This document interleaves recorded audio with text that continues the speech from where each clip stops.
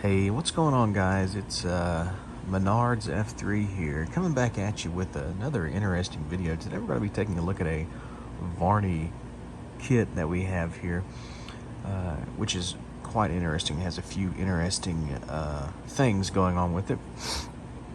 So let's go ahead and get into it.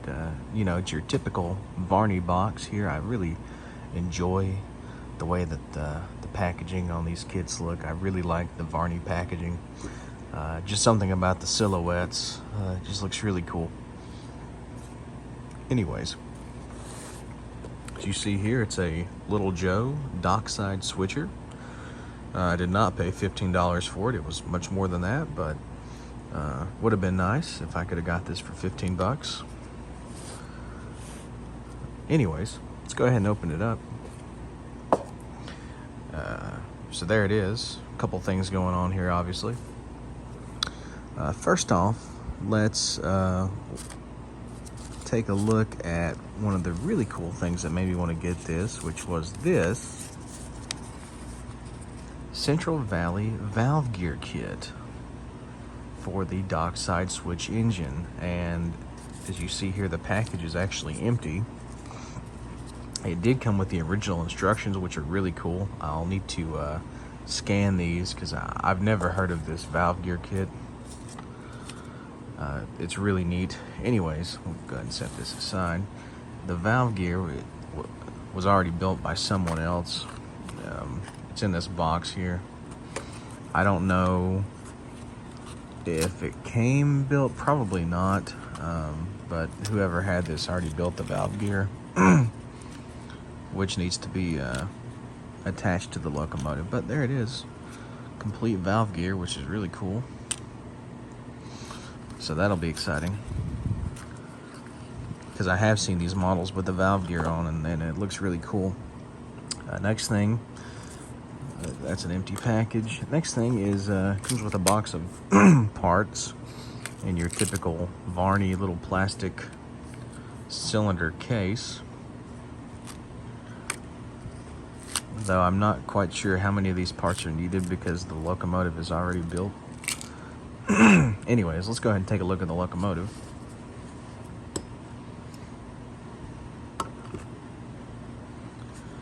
So there it is. Here's our Docksider switcher. First off, comes with a really nice metal tender. This tender looks a lot like a roundhouse tender. I'm not quite sure what the history is on the tooling of the roundhouse tender.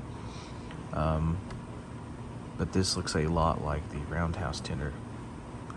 The next thing is our Docksider switcher. Again, this is all metal. It is actually a cab forward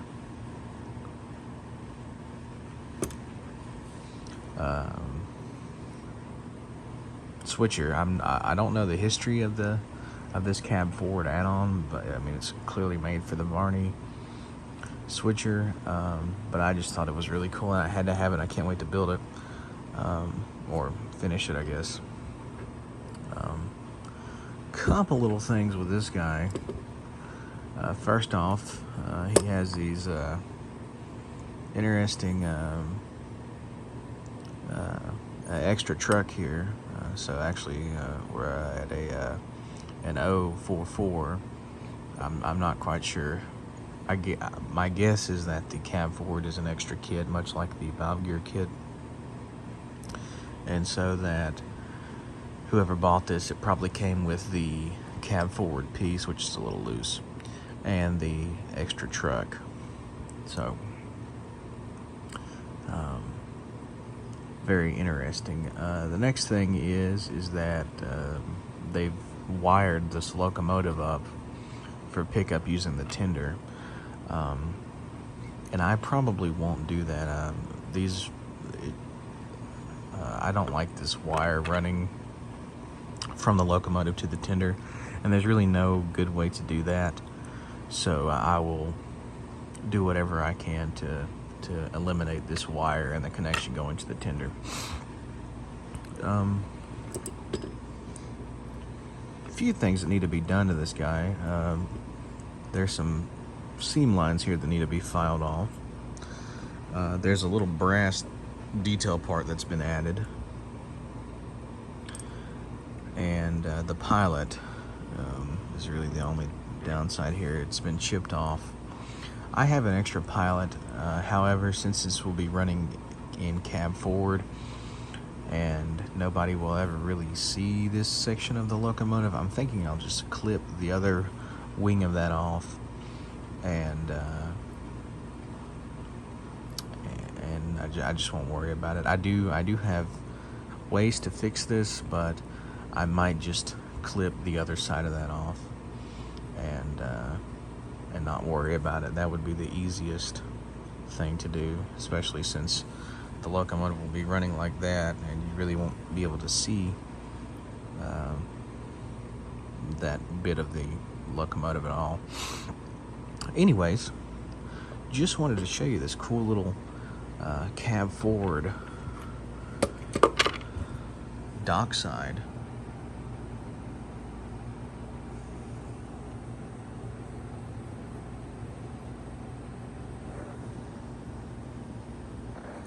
Just a really cool all metal locomotive, and I'm really excited to build this. This will look very, very awesome when the valve gear is added and when all of the issues have been fixed and when paint is added. So keep a lookout for that.